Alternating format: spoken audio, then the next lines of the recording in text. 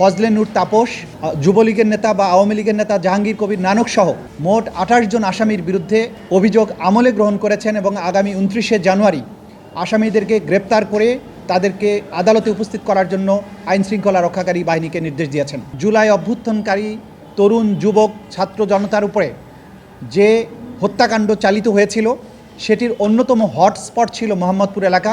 আমাদের অঙ্গীকার ছিল জুলাই অভ্যুত্থানের সময় যারা হত্যাকাণ্ড চালিয়েছে, যারা রাজপথে সরাসরি হত্যাকাণ্ডের সংগঠনে ভূমিকা পালন করেছে, পেছনের যারা পরিকল্পনাকারী নির্দেশদাতা এবং যারা মাস্টারমাইন্ড ছিলেন, কমান্ড রেসপন্সিবিলিটিতে ছিলেন, তাদের প্রত্যেককে আমরা বিচারের মুখোমুখি করব।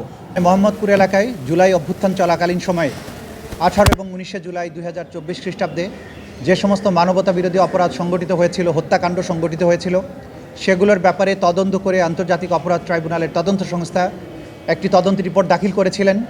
সেই তদন্ত রিপোর্ট বিশ্লেষণ করে আন্তর্জাতিক অপরাধ ট্রাইব্যুনালের চিফ প্রসিকিউটরের কার্যালয় আজকে 28 জন আসামির বিরুদ্ধে একটা আনুষ্ঠানিক অভিযোগ অর্থাৎ ফর্মাল চার্জ দাখিল করেছিলেন।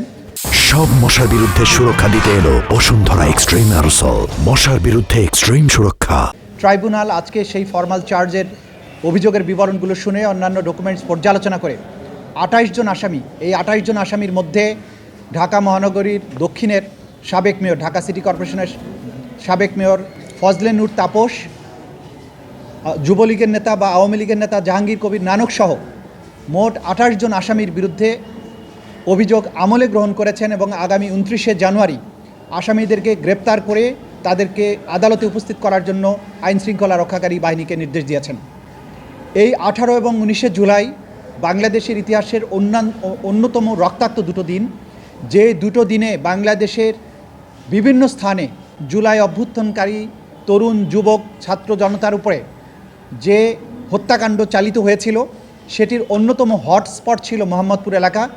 এইখানে শহীদ ফারহান ফাইয়াজ এবং মাহমুদুর রহমান সৈকত সহ মোট 9 জনকে হত্যা করা হয় এবং অসংখ্য মানুষ সেখানে আহত হন।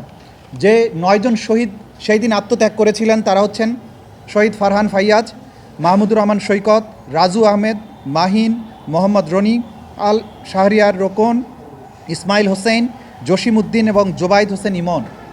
এই যে তরুণ শহীদেরা যারা রক্ত দিয়েছিলেন, তাদের রক্তের ফলে পরবর্তী সময়ে অর্জিত আজকের এই বাংলাদেশ।